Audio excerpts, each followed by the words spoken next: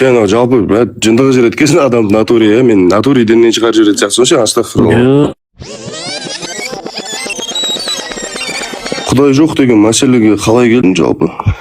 Құдай жоқ. Ойланып келдім, діннен шықтым. Исламда болдың ба негіз? Конечно. Діннен шықтым, діннен шығып деистік туралы ойландым, сонымен болмады общем.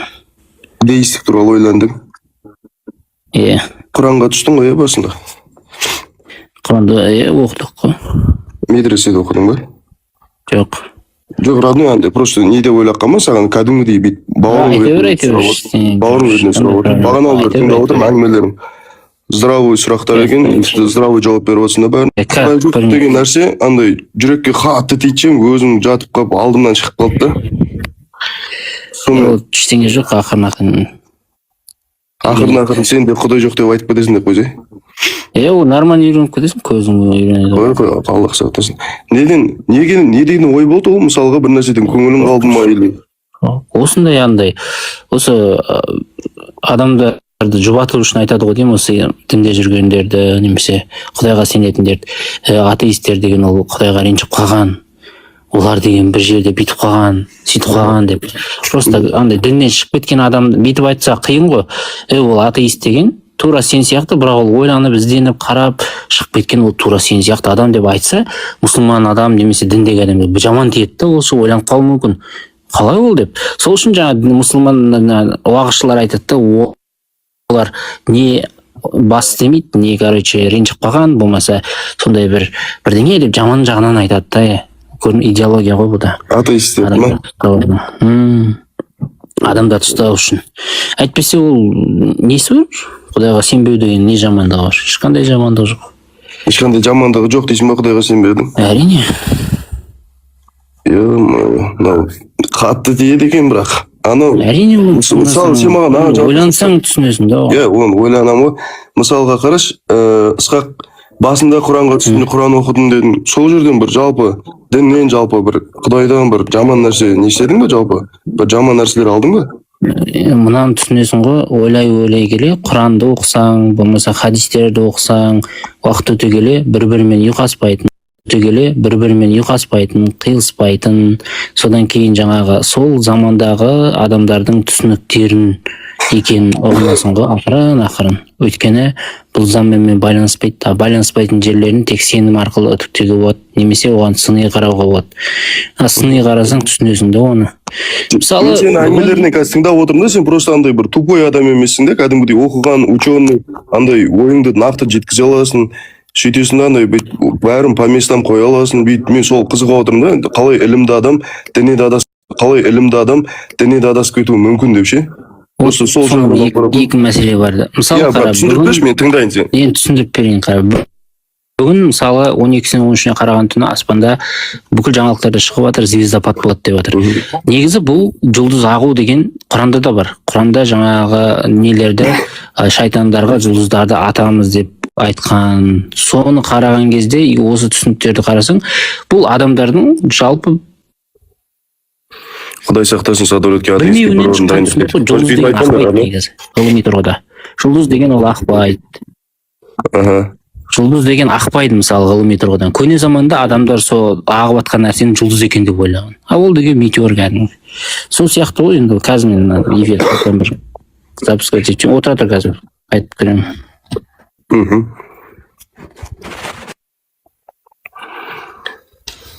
Мен атеист емеспін, андай бүйтіп қылмаңдар. Ондай емес. Сұрақ тұрмын, мен анау мұсылман бауыр болған ғой тоже. Содан сұрап жатырмын, не болып жатыр деп.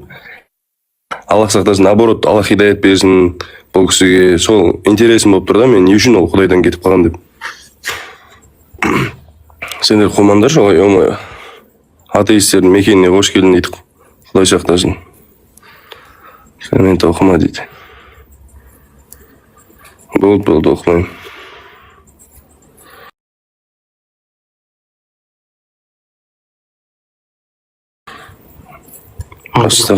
Жизненная позиция типа атеист па или агностик?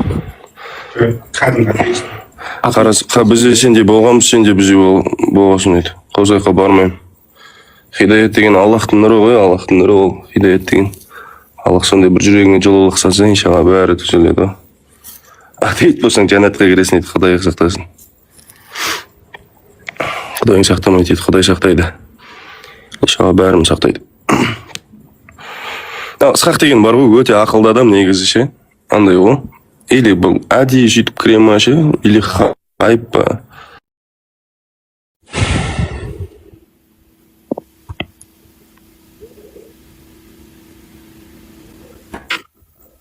Ысқақ, родной? Так, иә, келдім, в общем. Болды, мен комментарий оқымай қойшы, алар жаман провокацияға шақырады екен да. Сен сияқты түсіндірмейді екен бұлар. Комментарий оқымай қой. Сол мені уже атеист қылып жатыр да.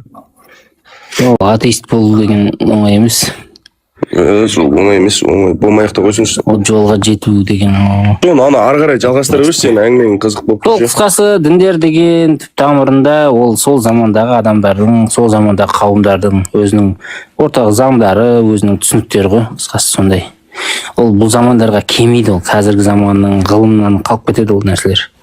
Тек қана созғылау, тәпсір бір нәрсе істеу арқылы ғана байланыстырмасаң былай ұйқаспайды. Неден, жалпы 5 уақытта болдың ба Ысқақ сен? Иә. 5 уақытта болдың. Исламда бірінші айтады ғой дейпа бізде жаратушы, неден жаралдың, анау Дарвиннің нелері дейді, маймылдан дейді, біз адам топырақтан жараламыз дейді. Бәрін білесің ғой, Иә. Мен бұл жерде Дарвиннің айтып кеткені ол адамзаттың бақылауына сүйенген нәрсе. Ол кейінгі ғылымның зерттеулеріне сүйенген, адам мен маймылдың туыс екендігі, ортақ қандай белгілері бар. Бұның бәрі дәлелдерге сүйеніп барып жасалған тұжырым. Ал діндердің тұжырымы ол тек қана құр сөз, ешқандай негізі де дәлелі де жоқ. Дін құр сөз дейсің ба? Діндердегі айтылатын адам туралы бұл сөздер, адамның жаратылуы туралы сөздер, ол құр сөз, ешқандай базалық негізі жоқ. Иә, әрине. Оқымадың ба сен жалпы вообще? Былай қарасам оқыған сияқтысың ғой. Сен походу Библияны да оқыдың, Құранды да бәрін оқып жатқан сияқтысың. Енді ол историялар бір ғой. Мысалы қара, адам ата туралы айтылады. Адам атаның өмір сүргені туралы айтылады. Қазіргі ғылым тұрғысынан алсаң, ол адам атаның болуы, екі адамнан адамзат тарауы деген ол келмейді, ол ұйқаспайды ол нәрсе. Ұйқаспайды? Әрине. Неге ұйқаспайды? Енді адам ата, мысалы адам ата өмірді сүрді деп айту үшін біріншіден адам ата туралы бір деректер керек. Ешқандай да тарихи дерек із жоқ. Адам атаның 30 метр болған дейді, андай мұндай дейді. Бірақ бірде-бір жер бетінде ізі жоқ оның өмірінің. Ол болған деп айтуға негіз қақтан шықты сонда? Кім көрді дейсің оны, Кім көрді болғаннан бұрын із қайда, іздер қайда, соған сілтейтін іздер қайда? Немесе тіпті адамның гендік тарихындағы іздер қайда? Мысалы қан топтары туралы ойланасың ба? Адам ата бір генетикалық материал болатын болса, ДНК, оның сүйегінен адам жасайтын болса, ол да бірдей ДНКалық материал. Сенің сүйегің, сенің ДНК-ң. Яғни сен қабырғаңнан жасалған адам тура сенімен 100% сапада жетеді генетикалық жағынан. Сонда сен өзіңнің копияңды әйел қылып алып тұрсың. А сен туған балаларыңда басқа генетикалық өзгерістері бар балалар, қан тобы басқа балалар, ол қаяқтан шығады олар? Сен солай қабылдайсың, короче. Сен былай ғой, родной, сен неде біздің мазхабта болдың ғой, да, ханафи болдың ғой? Салафизм ешқандай ненің жоқ қой? Жоқ. Мысалға, мекен беру жайлы білесің ғой, Аллаға мекен беріп қоятындар бар. Ол деген, ол да жаңағыдай бос талас қой, бос талас қарап. Бос талас, Ал негізі сен қайда деп ойлайсың ол? Бар, жоқ деп ойлайсың ба сен? Жоқ ол, Жер бетінде жоқ, аспан әлемінде жоқ, Боламайды ғой, енді ол ханафилер бойынша осы жерде боламайды ғой. Жалпы ханафилердің сипаттамасына қарасаң, Құдай жоқ қой үшін былай алғанда, осы жерде жоқ. Жоқ, Аллах тағала айтады ғой, Аллах тағала мен сендерге күре тамырларынан да жақынмын дейді ғой, мекен бермеңдер. Ол енді қазақтың жаңағы анау әсірелеп сөйлейтін көркем сөз сияқты сондай тіркестер ғой ол. Бәлкім сен ойыңша солай шығар, бірақ Ысқақ ондай емес қой. Ол айтылады ғой, хадисте айтылады. Мен сендерге жақын. Сонда сен оны тура түсінетін болсаң, күре тамырың деген сияқты, сен Құдай сенің тамырыңның ішінде жүрген болып қала ма сонда? Енді сен тура түсінбесең оны, родной. Мен саған сол айтып тұрмын ғой, оны тура түсінбейсің, ол кәдімгі көркем Сен сөз. жанағыдай андай бұрмалайсың да, сен аны қалай еттің жаңа ана адам. Мен саған айтып тұрмын, көркем сөз десем сен келіспей жатсың ғой, оны өйтпеу керек. Мен соны айтып тұрмын. Келістірмін. Андай сен андай ашуланбай сөйлесе берейікші екеуміз. Жақсы общение болып отыр ғой. Тура мағынасында емес айтып тұрмын ғой, кәдімгі көркем сөздің әңгімесі ол. Жаңағы адам атаның темасы сияқты ғой саған түсіндіріп тұрғаным ше. Тура сондай емес. Не қатысы бар оның? Қалай не қатысы бар? Сен егер де адам атаның тура солай генетикасымен адамдар жаратылу керек деп тұрсың ғой. Типа қан топтамасы деген сияқты. Ол да ол жерде ауыспалы мағыналар көп қой, бауырым. Сонда адам ата деген саған адам болмаған деп тұрсың ғой, иә? Мына кісі қалай өзі. Енді адам ата ауыспалы мағына болса, ол шынайы адам емес, басқа бір нәрсе болмай ма енді? Жоқ, енді сен қалай түсіндіріп тұрсың ол нәрсені, андай типа генетикалық жағынан деп тұрсың ғой, 30 метр бірдеңе деп ше. Соның бәрі ауыспалы мағына ма?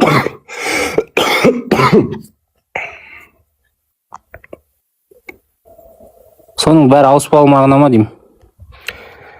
Ысқақ, родной, не үшін андай бір нормальный әңгіме ғой, негізі по идее кім кімге сенетінін жақсы білеміз ғой. Просто сен либо қарашы, жоқ, родной, менде бірақ сұрақ, қарашы. Бірақ сұрақ болғанда қара, жаңа осының алдындағы жігітте сен де өздерің жауабын білмей тұрған, ұйқаспай тұрған әңгімеге келген кезде неге маған жала жауап қашасың? Мен жала жауап атқан жоқпын, родной, мен саған айттым кірген кезде. Мен сразу айттым деп. Мен саған артық ештеңе айтқан жоқпын, мен саған нақты айттым. Қайсы сөзі адам атаға қатысты? Ол жаңағы жанама мағынада. Родной, сен жала жауап атыр деп қабылдаватсың ғой, сен мен жала жауап атқан жоқпын. Болыпты енді, сен айттың ғой, жаңа солай жанама мағынада қабылдау керек деп. Енді адам атаға қатысты қайсысы жанама мағынада айтылады? Короче, сен ол жағынан бұрмалама. Сен күре тамырдан бастап кеттік қой әңгімені. Менің жалпы интересім саған кірген эфирде. Жоқ, күре тамырды кейін айттым. Мен саған адам ата туралы бірінші айттым. Адам ата туралы фактілер, немесе оны биологиялық тұрғыдан ол ұйқаспайтын дүние дедің. Ол қайсысы балама болу керек, қайсысы жанама болу керек. Соны айтсайшы сен. Қатысы жоқ бір мысал айттың да, оның қатысы жоқ десем, оны тағы мойындамадың. Сен жалпы жындығы жүреді кесін адамды натуре, мен натуре деннен шығар жүреді сияқты, сен астағфиралла. Қарамай таң қаламын, сен сонда өзің қате нәрсе айттың. Не қате нәрсе айттың? Мен саған биттім. Сен қателес осы, родной, құдай жоқ деп. Тыңдашы қара. Мен саған бірінші былай айттым, адам атаның өмірде болғанына және өмірде болу ықтималдығына ғылыммен ұйқаспайтын әңгімелері бар. Оның өмірде болғанының ешқандай іздері жоқ, және оның балаларының басқаша түрде, басқаша қанда болуының да ықтималдығы нөлге өте жақын. Себебі ол өзінің ДНК-сынан жасалған жаңағы қабырғаға үйренген, екеуінің генетикалық материалы бір. Мысалы осындай нәрсе айтып тұрсам, сен маған қайдағы бір Алла тағала сендерге күре тамырыңнан жақын. Қайдағы бір Алла тағала демей қой, бауырым, ол сенің өзің ойың ғой. Ал сен қанша адам бар мына өйдеп айтпашы, родной. Мен саған қайдағы бір Алла тағала неңнен жақын деген қатысы жоқ сөзді айтып тұрсың деп жатырмын. Короче, мен саған нервім шыдамайды екен, натуре. Нешін нервім шыдамайды, сен өткенде сен битейін дедің ғой, қара. Сен битейін дедің. Саған қойылған сұраққа жауабың жоқ болғандықтан, басқа қатысы жоқ бір мысал айтып секірейін деп едің, секіре алмай қалдың. Қой, брат, мен бәле жабамын деген, ондай провокациялық менің ойым болған жоқ деймін. Жоқ, сен маған жаңағы Алла тағаланың мекені жайлы, күре тамырынан жақын деген әңгімені не үшін айттың? Мен сенен сұрадым, сен қалайын қандай адамсың? Мен саған ұрыспай қойықшы, мен саған просто сұрақтарым бар. Сен айттың, смело қой дедің, қарасам тоның көтеріліп барады, родной.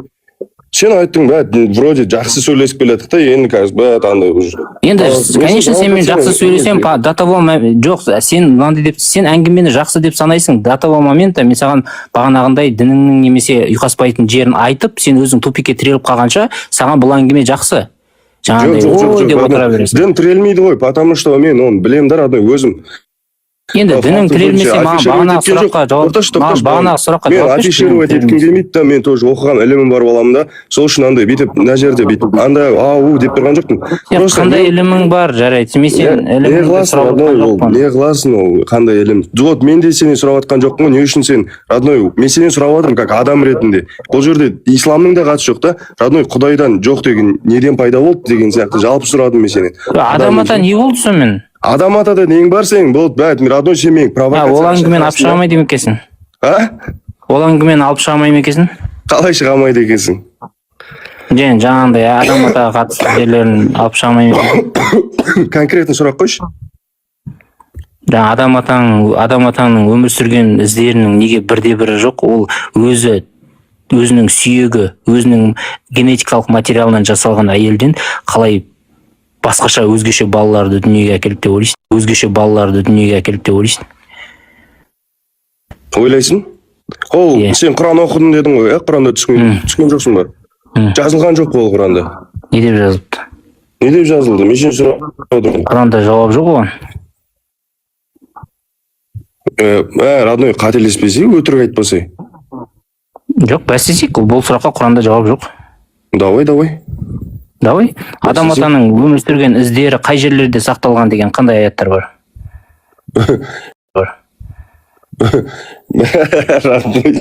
Сенше не үшін анандай әдейі андай қалай айтсам болады? Әдейі ма бұл сұрақ қандай? Сен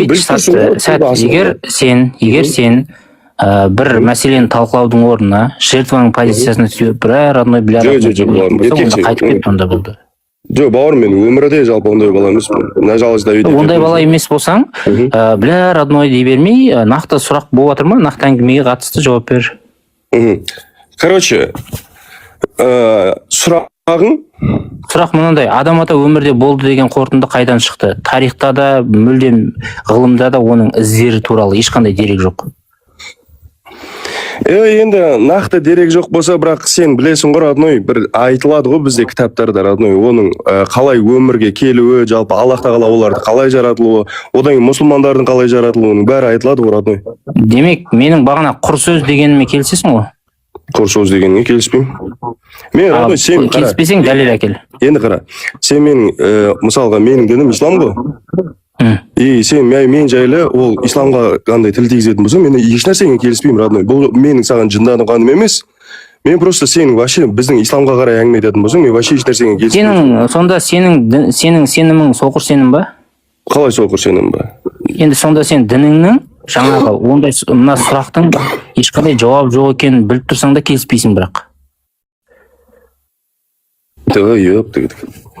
Сенде адам атаның өмір сүргеніне байланысты құр сөзден басқа ештеңе жоқ дегенге келіспеймін деп тұрсың. Не себепті келіспейсің, ол рас қой. Жоқ, мақұл, сен айтқандай, хорошо, короче, менің самосознанием жоқ, бірақ мен сол исламға сенемін, родной. Алланың бар екеніне, жалпы. Сол адам атаның жоқ болған историяларының бәріне сенемін. Енді сен сияқты сені дұрыс деп ойлайсың ба жалпы? Соқыр сенім деп тұрсың ғой оны. Енді сен сияқты сені дұрыс па жалпы? Мен өзіме ғана жауап берейін, басқа ешкімге жауап бермейін. Мен өзімнің ойым дұрыс. Сонда сен мынандай ғой, жалпы адам өзі сеніп отқан дүниесінде қатысты сұрақтарға жауап бере алмаса, ол нәрсе қиыспаса да, ұйқаспаса да сенемін мен соған деп жабыса берген меніңше дұрыс емес. Сеніңше дұрыс емес. Меніңше дұрыс. Мысалға сен Құдай жоқ деп отырсың ғой. Мен тур в том же вопрос, мен сол үшін кірдім. Мысалы, Құдай жоққа не үшін келдің сен? Құдай жоққа қалай келдің? Пастапам қалай кірдің бұл нәрсеге? Енді айтып тұрмын ғой саған. Сен толық айтпадың ше маған просто. Құдайдың бар екеніне ешқандай себеп қалмады сенетін. Себеп қалмады? Қандай себептерін іздедің сен жалпы? Көп ол жерде неше түрлі себептер бар. Не дедің? Сразу прямой Құдайдан бірдеңе сұрадың? Мынандайдан бастайсың, короче. Діннің құдайларынан бастайсың ғой.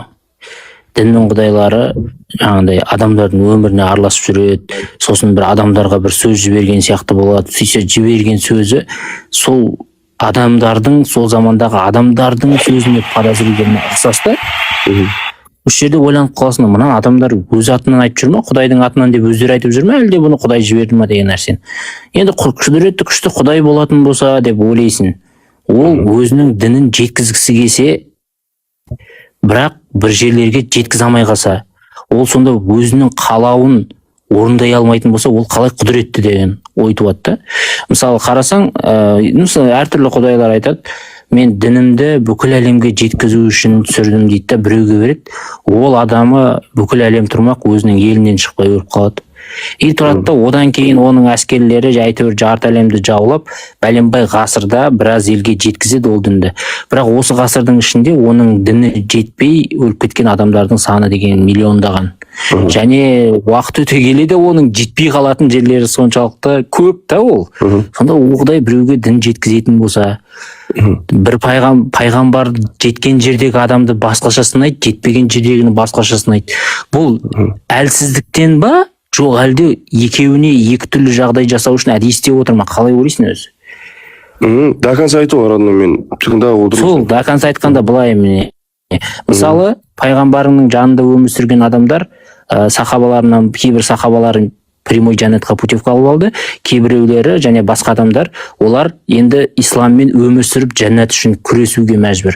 Ал сол пайғамбарының елінен шығып жете алмағандығының салдарынан мына жақта жүрген бір тайпа кайфовать етіп өз өлімімен өліп жатыр.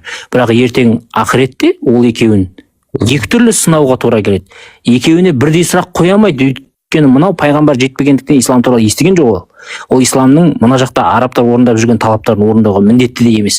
Ол оразасында ұстамайды, ол жаңа намазында оқымайды, жаңа зікірінде басқасында бермейді. Ол солай өмір сүріп өтті. Енді екі адамның сынағы тең болмай қалайын деп тұр. Бір мына осындай түсініктер саған бір құдіреті шексіз Құдайдың жасап жатқанына ұқсай ма? Хорошо, болдың ба? Иә. Енді саған сұрақ, родной, сен қала айтып отырсың ғой? Болғанда сен өзің айтпайсың ба ойыңды? Жоқ, айтқанда айтам ғой. Қара, саған біреулерге жетті, біреулерге жетпеді дедің ғой, иә? Дін. Бірақ саған жетті ғой дін.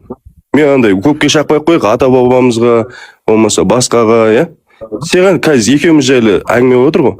Саған маған дін жетті ғой. Екеуміз жайлы әңгіме ме? Сонда мен жаңағы әңгімені босқа айттым ба? Жоқ, брат, қараш, мен бәрін тыңдадым ғой. Енді менің ойым тыңдай аласың ба сенің? Бәрін тыңдаған болсаң, менің әңгімем туралы айтсаң, мен өзім туралы айтқан жоқпын бұл жерде. Хорошо. Сен айтқаныңның бәрін тыңдадым. Дұрыс емес деген ешқандай бір пәтуа бере алмаймын. Енді қара, менде саған тікелей сұрақ бар просто. Сұрақ болғанда сен айтпайсың ба? Міне сенің айтқан бойынша мен былай ойлайын деп айтпайсың ба? Мен айттым ғой жаңа. Енді айтайын деп мына жақтағы екі адам екі түрлі судить етілейін деп жатыр. Дінімді жеткізем деген Құдайыңның дінін жеткізіп болғанша бәленбай адам дінсіз өліп қалды ана жақта басқаша сот болып. Осы мәселенің сен қалай ойлайсың? Қазір просто бұл нәрсені қолайтын болсақ ше, бұл кітапқа кіру керек боламыз да осы ше. Не кітап керек өз ойың. Сен қай ғасырдан, қай жерден қалғанын, қай пайғамбардың кезін айтып жатсың деген әңгімелер көп қой. Ысқақ біліп тұрсың ғой. Мұхаммед пайғамбар. Мұхаммед саллаллаху алейхи уассалам кімге жеткізе алмады, кімді? Сентинель тайпасына. Қандай тайпаға? Сентинель. Құрайыштарға ма? Сентинель деймін, арал, ана Тынық мұхитта ма, Атлант мұхитында ма арал бар, ешкім бармаған. Иә. Сол аралда Сентинель деген тас ғасырындағы Садақ пен найзамен жүрген тайпа бар. Соларға жеткен жоқ ислам. Сол жеткен жоқ. Енді олардың спросы екі түрлі болады деп тұрсың ба? Иә. Мен бұған жауап бере алмаймын. Осы екі түрлі спрос және ол әділ болмайды. Себебі Сентинельдегілер әурет жер тұрмақ, жаңа бұттарына жапырағын байлап алып, деп өзімен өзі жүрді. Мына жақта ислам жеткен сен, мысалы, айына 30 күн оразаңды ұстап, садақаңды беріп, 5 уақыт намазыңды оқып, таңда тұрып сөйтіп қиналып жатсың сен. Ертең ана жақтағы Сентинельде деп атысып жүрген, садақ атып жүрген біреу қандай сотпен барады ол жаққа жәннатқа? Мынауың қиын екен, мынауың натуре қиын екен бірақ. Бұны білмедім енді. Бұны білмедім, родной, шынымды айтайын. Білмеймін деп жауап берсем қабылдайсың ба? Қабылдаймын. Айтшы. Мен оның примерный жауабын берем, қара. Ертең сен оны барып бір ұстазға қойсаң, ұстаз бүйтіп айтады. Біздің Құрани кәрімде айтылған, біз пайғамбар жібермей пайғамбар жібермей жазаламаймыз деп айтылған дейді. Сондықтан да олардың жазасы басқаша болады. Бір ғалымдар айтады, олардың алдында жәннаттың және тозақтың шұңқыры ашылады. Сол кезде Құдай оған тозаққа кір деп айтқан кезде, ол тозаққа қалай дейді, тозаққа бармай қоя ма, или тозаққа барып секіріп кетсе, ол жәннатқа түсіп кетеді, тозаққа бармай қойса, ол тозаққа кетеді деген сияқты. Сондай бір бөлек тесттер болады деп айтады, сондай жауап береді саған. Осыны есіңде сақта. Басқа жауап жоқ исламда оған. Бұл нәрседен өзіме жауабымды алдым. Дұрыс. Басқа сұрағың болса айта бер. Рахмет саған, Ысқақ. Енді Жақсы, рахмет. мен анау Айта бер. бағанағы тақырыптардан саған былай сұрақ қойсам рұқсат па? Қой бер. Мен бәрін тыңдадым, сөзіңді бөлген жоқпын, байқап отырсаң, иә? Сөзіңді Үзіліп адам дауысың. бөлген жоқпын. Сен анау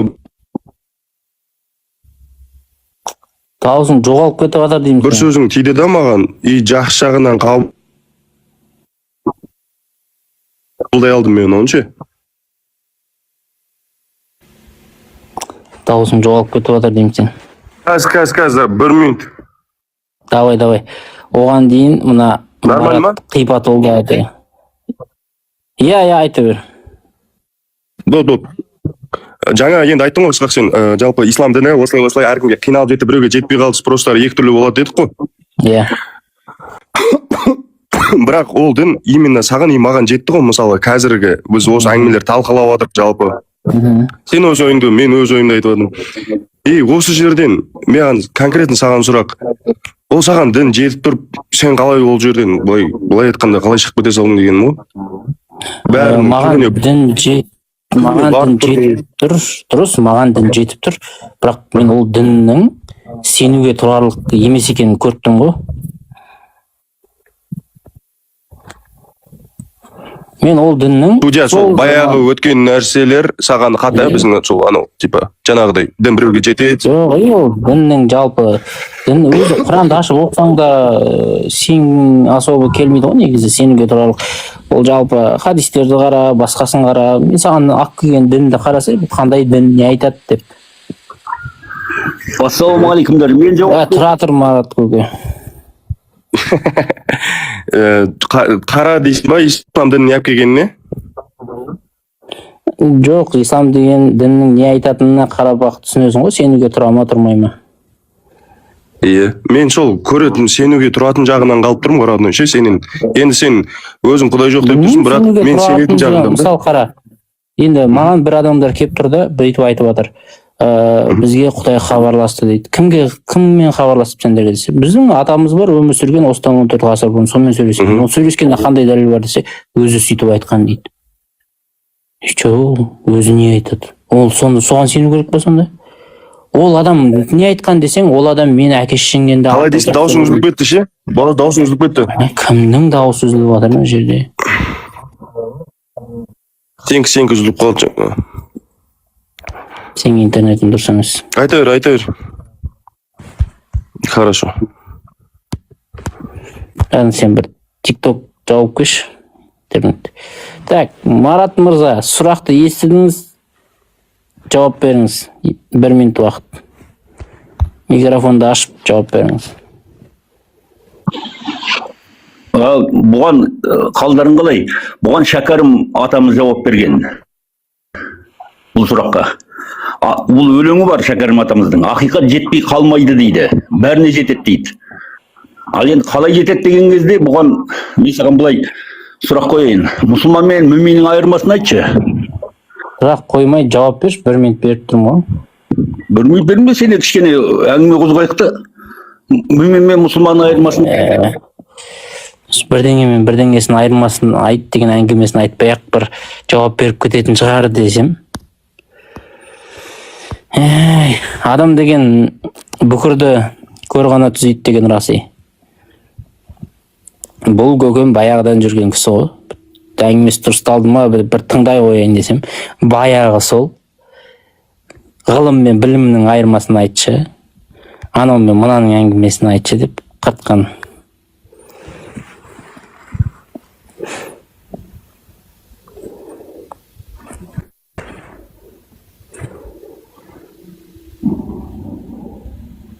Үзіліп жатыр. Кіріп қайда, шығып қайда кірдім ғой жаңа ғана. Не істеймін мен? Ассалаумағалейкум. bir екі естіліп тұр ма? Айта бер. Мен өткенде кірген едім ғой сенің эфирің ашы. Кірмей қайттың. Қойш. Рахмет, Азиз Рамазан, рахмет. Саған толық өзіңнің айтқандарыма жалпы сұрақтарға жауап тауып келдім. Екеуміздің арамызда болған әңгімелерге. Сен жауап таппа, сен сабағыңды оқы. Оқып келдім ғой. Сен ертең маман болуың керек. Иә, боламын. Кім боласың ертең? Боламын. Кім боласың?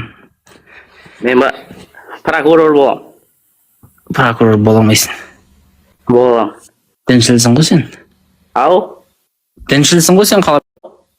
Діншілсің ғой сен қалай прокурор боласың? Мен діншіл емеспін, мен жай ғана Құдайға сенемін. Жоқ, сен діншілсің. Жоқ, мен Құдайға сенемін, және ол менің өз пікірім. Ертең сен дінге қарсы адамдарды әділдік, әділ заң емес, өзің ойыңды қосып соттап жібересің ғой ертең сен. Прокурор болсаң. Жоқ. Жоқ, мен жалпы өз жұмысыма дінді араластырмаймын. Ой, қайтып араластырмайсың, ертең шариғат деп отыр ма? Жарайды, сөзден қашпайықшы. Мен саған айтқан сұрақтардың барлығына жауап таптым да? Айта бер, давай. Мен саған айттым, тыңда. Мен саған айттым, Құдай уақыттың жаратушысы дедім. Енді мен мынаны түсіндім да. Құдай ол циклды жаратты. Яғни Құдай андай мысалы бір күнді жаратты да, белгілі бір уақытта түн атады, белгілі бір уақытта күн болады деген секілді. Ал адамдар уақытты өздері жаратқандай. Уақыт, сағат, минуттарын өздерінің жұмыстарына, барлығына ыңғайлау үшін. Не дейді? Алло. Уақытты адамдар өздері ойлап тапты да, өздерінің. Мен саған басқа сұрақ қойдым ғой көзде. Қандай сұрақ? Мен саған айттым, егер сенің Құдайың уақытқа бағынбайтын болса, ол сенің дұғаңды қалай тыңдайды? Иә. Осыны сұрадым ғой сен. Кәдімгідей тыңдайды ғой, өйткені Құдай бізді барлық уақытымызды көреді ғой. Мысалы мен кез келген нәрсе сұрасам, ол маған береді да кәдімгідей. Қашан береді? Болашақта береді ғой. Сенің сұрағаныңды қашан біледі ол? Сен жоқ кезде сенің сұрағаныңды білмейді ғой ол. Сұрағаныңды біле ала ма әлде? Ол біздің барлық не сұрайтынымызды біліп, барлығын ұйымдастырып қойған. Ойбай, не дейді? Бәрін мен бұл жерде күлкілі ештеңе айтқан жоқпын. Тоташ, бәрін біліп ұйымдастырып қойған дейсің бе? Иә. Жоқ, мынандай онда ол тыңдамайды ғой сенің неңді. Онда сенің дұғаңды ол тыңдамайды ғой, естімейді ғой дұғаңды. Неліктен тыңдамайды және естімейді? Ол біледі өйткен просто. Ол білетін болғанда, андай кәдімгідей береді ғой, біз өмірімізге ыңғайластырып. Ой, сен ақылды. Сен негізі болашақта мен көріп тұрмын сен где-то бір 4 жылдан кейін ба, 5 жылдан кейін ба келесің осындай эфирге ше. Енді аман болсақ, бәріміз тірі болсақ, осы эфирлер бар болса, болмаса менің бір аккаунтым болса, сен келесің сол кезде. Яғни бір адам осыдан 4 жыл бұрын келген Нұрсұлтанмын ғой, білесің ба? Иә, что там? Иә, мен сол кезде сенімен таласып едім, осындай әңгімелер айтқам. Соның бәрін іздендім ақыры, сенің сұрағыңа жауап беремін деп іздендім, короче. Осы универге түстім мектептен, универде жүрдім, ойландым да ақыры. Болмады мынаның бәрі. Атеист болып кеттім деп келесің сен. Осыған мен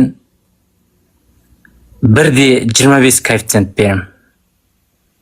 Ықтималдығы өте жоғары оқиға. Бірде 25 коэффициент.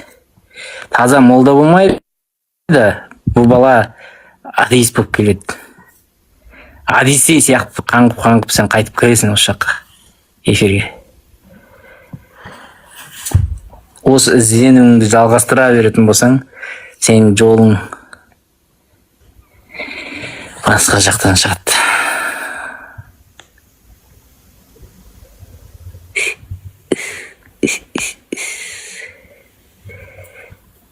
Іздену деген қауіпті.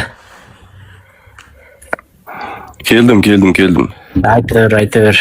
Ауырып қалып едім, сол сәл кішкене интернетімде ауырып қалған сияқты ғой. Айта бер. Неде тоқтап қалып едік біз? Менің сұрағым бар еді ғой. Иә, сұрағын қой. Сол этот келдік, сен де келдің, мен де келдім, короче, сөйтіп ислам жетті бізге әйтеуіп. Бірақ соған келіп, сен себептерімен қарап тастап кеттің. Болған оқиғаларға қарап, исламды. Мен де исламда ізденбей сеніп алғам ғой. Ізденбей? Иә, ізденбей, қарамай сеніп кеткен ғой.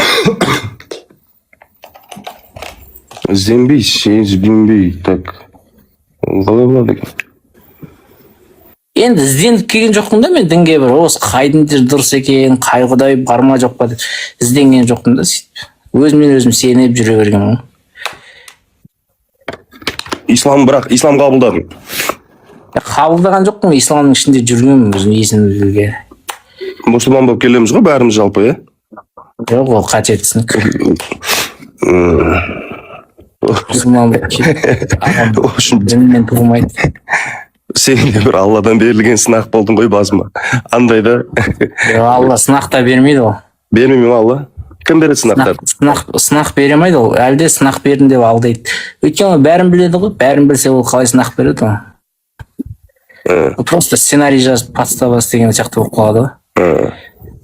Мысалға, андай. Мысалы, мынандай болады, қара. Мен бір нәрсе айтайын. Сен болашақта мысалы где-то 2 жылдан кейін атеист болып кетуің мүмкін. Мен ба? Алла мені оғатпасын. Иә, қиялдағы жағдайда да, былай. Сен 2 жылдан кейін атеист болып кетуің мүмкін. И сен ол жерде, сол кезде сені Құдай бүйтіп алдына шақырып алып, неге сен атеист болып кеттің деп сені жазалай алмайды да. Өйткені ол сенің осы жолға келетініңді білді, и ол жолға мен жолықтырды да саған. Мені жолықтырған саған Құдай болатын болса, Құдай сені сол атеистікке апаратын дүниені де жоспарлаған. Сен ойладың, ол адаммен, мен ол Ысқақпен өзім сөйлесе салдым ғой, әшейін, одан кейін бүйтіп ойландым ғой, өзім ойландым, өзім іздендім ғой деп барып бір күні топ ете қаласың да, бірақ бұның бәрі сені бүйтіп жан-жағыңнан қақпақтап, біреулерді кездестіріп, біреулермен сөйлестіріп, ақырын орға апара жатқан дүние. Сен шешімді өзің қабылдадың. Бірақ саған шешім қабылдауға әсер еткен нәрсенің бәрін жоғары жақтағы сценарийді білген адам жасап отырды. Сен соңында айта алмай қаласың, мен өзім жасадым. Жоқ, сен өзің таңдадың ғой, бірақ сені таңдауды бейсана түрде жасап жүрген ғой. Қара, сонда Ысқақ, енді қара. Сен жақсы екенсің, бірақ анау жақсылықтың бәрін алып келіп жақындатпай дегенсің Аллах тағалаға. Именно сол анау адастыру жағынан, именно саған алып келу жағынан Аллаға байланыстырып қояды екенсің ол нәрсені. Жоқ, жақсы жағында ол өзінің жақсы, мынандай ғой, сендер сенетін Құдайда, мен сенген бұрын сенген Құдайда былай. Оның любимчиктері бар. Ол әуел бастан жаратқан кезде жақсы көретіндерін жаратқан және жек көретіндерін жаратқан. Өйткені ол жаратқан кезде кімнің тозақта, кімнің жәннетте екенін сол кезде білген да уже. Сондықтан да жақсылыққа апарғандар, олар соның жақсы көретіндер, жамандыққа кеткендер, әшейін материал. Енді Аллах тағала не дейді? Сен Нерде Аллах үшін жауап бере алмаймыз екеумізде, бірақ мынандай нәрсе бар да. Тәуекел, мысалға, тәуекел істейді, әр адам қателік істейді, бәрін істейді, адам өлтіреді, зина жасайды, жаңа ішіп шегеді. Бірақ соның бәрінде Аллах тағала айтпаймын, мен сенің тәубеңді кешіремін дейді, мен сен любой нәрсені кешіремін, бірақ дейді. Мұны түсіндіре аламын мен. Түсіндірші olsun. Ақыр ойым.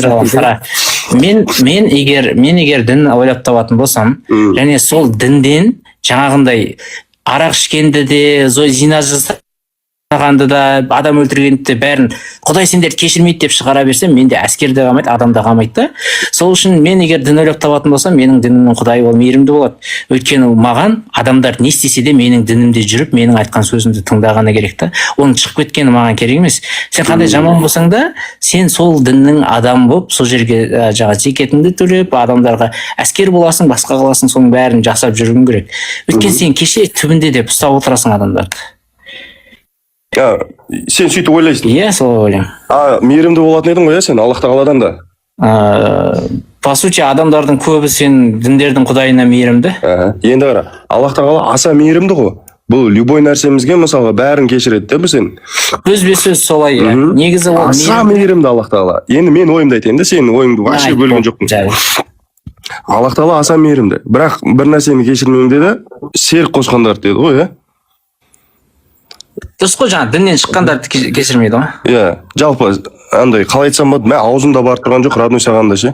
Қалай айтсам болады деген. Әр нәрсені сен біліп тұрсың, и сол нәрсені істеп тұрсың да, түбі қалай болатынын білмеймін енді сені кім азғыр жерген, бірақ та мен қалаймын сенің қайта оралғаныңша исламға. Менің схемам бойынша, менің бағанағы схемам айтқан саған идеологиям рабочий болып тұр ғой. Кімді кешірмейді деген кезде діннен шыққандарды кешірмейді. Діннен шыққан адам уже сенің идеологияңның, сенің командаңның бөлшегі емес. Саған ол пайдасы жоқ. Ол, скорее всего, жауап болып кетуі мүмкін. Сондықтан ол адамды кешірмейді деп басқа жаққа бөліп жүру керек та. Жоқ, діннен шыққан адамды емес. Ширк деп айтқан жоқ па, иә? Аллахты танымайтын, исламды жамандайтын. Иә, ширк қой. Басқа құдайға сыйыну ғой енді ол. Мысалға, енді қараш, біз қанша қателік істейміз, бірақ басқасын істейміз, сен анау жәннаттың, тозақтың көрінісін білесің, оны барып келген адам жоқ деп айтады, бірақ пайғамбарымыз саллаллаху алейхи вассаламға миражға көтерілген түні бәрін түсіндіріп, көрсетіп, айтып берді ғой. Осы да күмәнді. Енді, ол не үшін күмәнді? Себебі қара былай. Пайғамбардың сөзінде келеді, жәннатта сендер көрмеген жер бетінде жоқ нәрселер бар дейді. Бар дейді. Сол жер бетінде жоқ нәрсенің неге бір мысалын айтқан жоқ ол? Қалай? Жер бетінде жоқ мысалдың бір мысалы айталған жоқ ол. Тек қана жәннаттан көрдім дегендері және тозақтан көрдім дегендері осы жер бетінде адамзат білетін нәрселер ғана.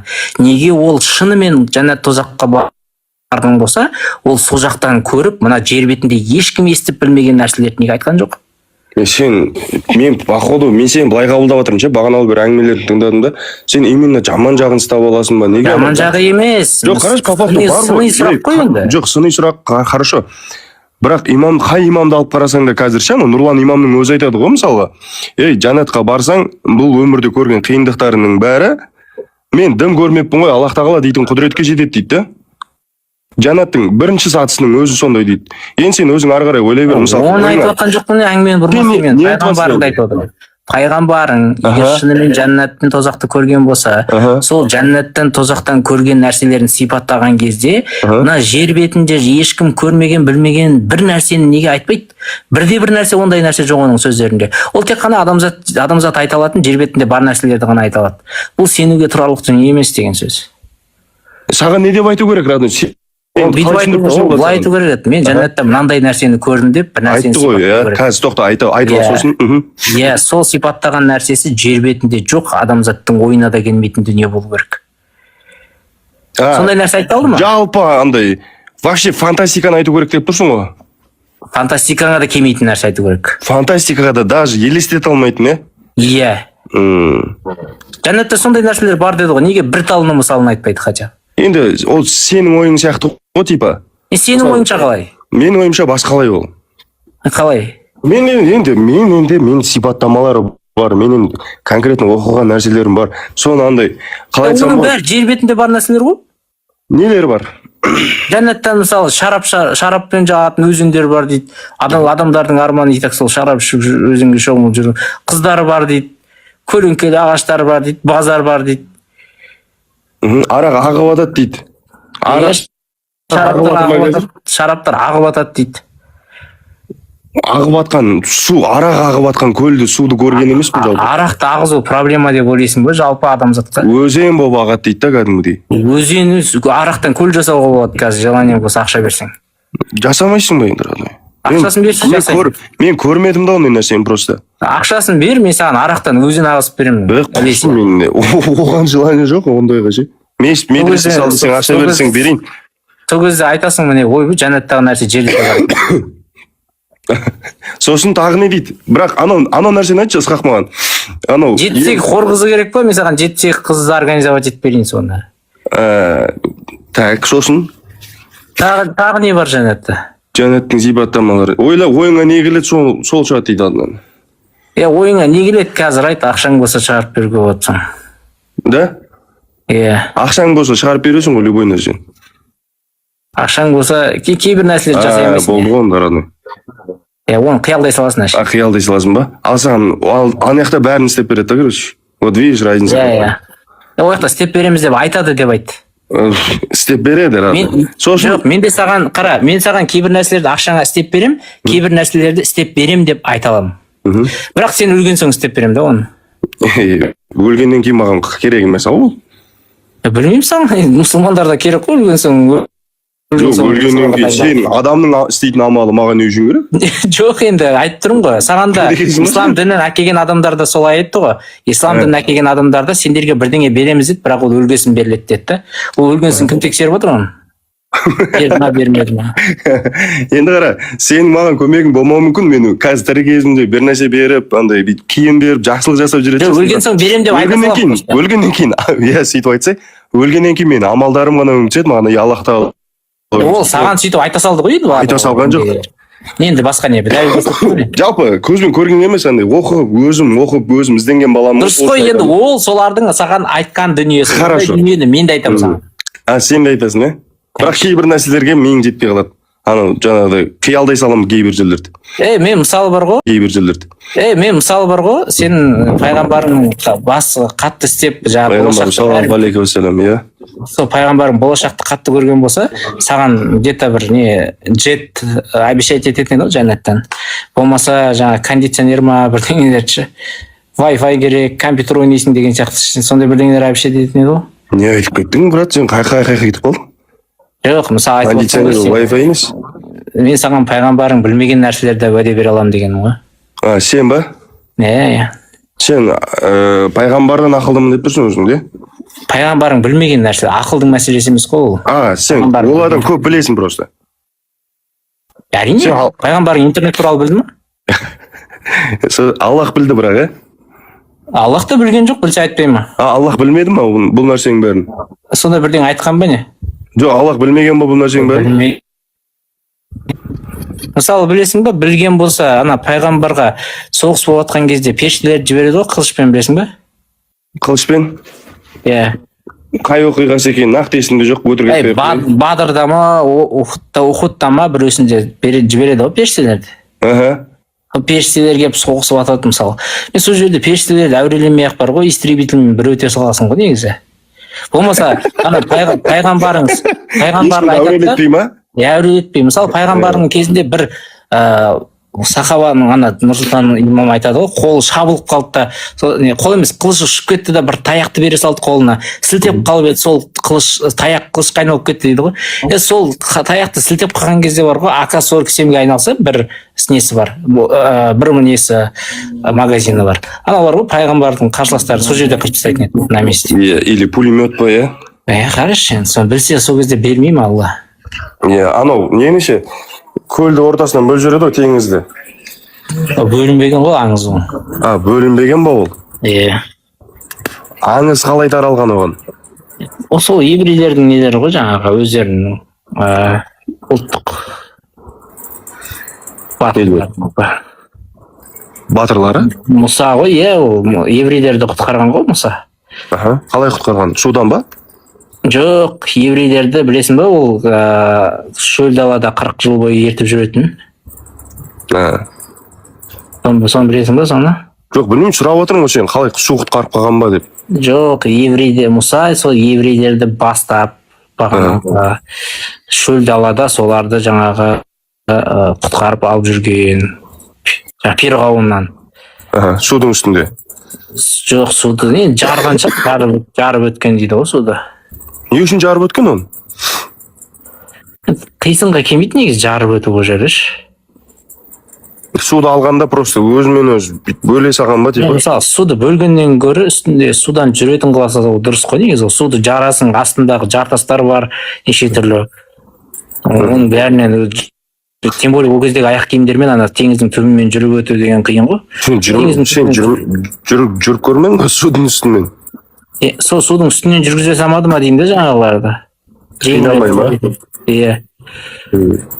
Судың асты деген терең ғой, білесің бе? Бәленбай метр терең төмен түсесің, ары қарай барып қайтадан жоғары шығасың. О астында жартастар бар шығар, не қыласың оның бәрін? Судың бетімен жүріп өтесің, артынан жүгіргендерді суға батыра саласың болды. Онда сенікі енді қалай айтсам болады? Практикасы жеңілірек қой. Енді Аллах қалаған нәрсені істеген болып тұр ғой, олар сенің андай типа айтқаныңмен емес, ше? Білмеймін, біз менікі кішкене жеңілдеу дұрыс вариант сияқты ол жерде. Сенікі, иә, жеңілірек вариант екен. Асқақ, бірақ мынаны айтшы, бір сұрақ. Пайғамбар саллаллаху алейхи уассалам кітабын оқыдың ғой сен, Қандай кітап? Пайғамбарлар баяны ма? Жоқ, Мұхаммед Мұстафа саллаллаху алейхи вассаламның адамзаттың асыл тәжі деген бар ба? Асыл тәжі деген бар, жоқ оқыған жоқпын. Оқыған жоқсың ба? Оны андай для практики бір бос уақыт. Оқығанда да ол жерде мен ол жерде айтылатын әңгімелерді білемін ғой. Не дейді орта? Үтіктеп берген ғой. Үтіктеп? Қалай сен оқымай айта бересің оны? Енді мысалы ол жерде сен сол кітапты оқыдың ба? Иә. Ол жерде Айшаның жасы туралы не айтылған? Маған сұрақ қоймашы, сен ол кітап оқыған жоқпын деп тұрсың Сол ғой. кітапта сен осы нәрсені айтсаң мен оқимын соны. Жоқ, сен оқысай бірінші. Айша туралы айтылған ба, мысалы өзінің әйелі жаңағы Хатидженің қандай адам болғандығы, қандай бай әйел болғандығы, сол туралы айтылған ба? Андай ысқақ өмірде жалпы исламға қатысты емес бұл. Жалпы любой өзінің келінін жаңағы өзінің асырап алған балам деп жариялаған Заидтен өзінің сол әйел келіні болып үйінде жүрген қызды ажырасқан соң өзіне әйелдікке алып алған Зайнаппен жақшыты, сол туралы айтылған болса да оқысай, сосын сөйлесеміз ғой. Егер осының бәрі айтылған болып тұр, бұл кітаптың саған таңғалып отырмын. Таңғалма, сен қараш, бірақ басқаларға 4 әйел болады, мен өзім 12 әйел алам деген қалай өзі? Басқалардың 4-еуі қаласыңдар. Мен бүкіл туыстарыма үйлене берем, маған Құдай соған, маған ғана рұқсат берген. Басқаларың немере қарындастарыңның ары қарай үйленіңдер деген. Ол қалай? Жалпы Құдайдың біреудің некесіне араласуы және оны адамзатқа маңызды соңғы кітапқа жазуы, ол қисынды деп ойлайсың ба? Соның орнына басқа бір пайдалырақ нәрсе жазуға болатын еді ғой. Пайғамбардың кіммен үйленгені не керек бізге? Не керек дейсің ба? Иә. Аллах үшін жауап бере алмаймын деген мен. Осының бәрін, осы әңгіменің бәрін біліп тұрып, маған қалай сен дейсің дінге, айтшы. Мен саған кәдімгідей айтып тұрмын, потому что сен минус шығара бересің ба бірдеңесі? Неге сен? Минус емес, сен сияқты бүйтіп басымды төмен салып, не болса да құлдық көндік деген сияқты болмасақ, білмеймін енді. Кім құлдыққа көніп жүрген? Кім вообще? Мен саған айтқан дүниелердің ешқайсына жауап беріп жатқан жоқсың сен. Енді сонда да бірақ көндім деп отырсың. Мен көп нәрсемді білмеймін да. Мен сен сияқты бүйтіп. Пайғамбар жайлы білетін бір нәрсеңді айтшы сен өзің. Жоқ, тоқта. Мен бүйтіп ойлайтын едім деген сенде жеңіл позиция бар да.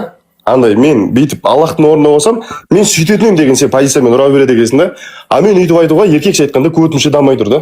Өйткені сені бала кезіңнен күшік кезіне талап салған деген сияқты болып тұр ғой. Бала кезіңнен мені күллі Аллах тағала жазалап жүре ма? Иә, сол ғой енді жазалайды деп. Бала кезде ана бүжаймен қорқытқан балаларда кейін фобия қалып қалады, сол сияқты сенде де фобия қалып кеткен. Иә, травма десе бұл емделмейді. Қорқытып тастаған әбден. Иә.